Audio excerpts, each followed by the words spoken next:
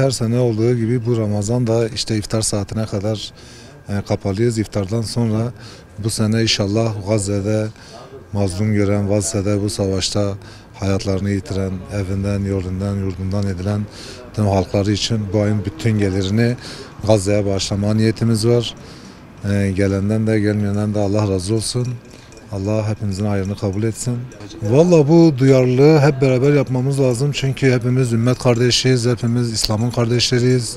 Yani bununla alakalı yani yaptıklarımızın çok da böyle büyük bir şey olduğunu da sanmıyoruz.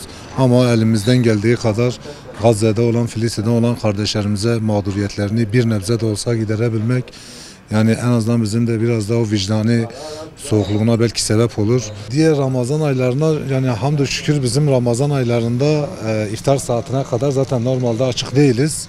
İftar saatinden sonra işte açık oluyoruz. Maşallah bayağı da yoğun oluyor. Yani tahmin ettiğimiz kadarıyla bir 250-300 binin üzerine çıkacağını düşünüyoruz. Ve inşallah belki bu hayırlara vatandaşların da vesile olur. Bu belki 1 milyona ulaşır.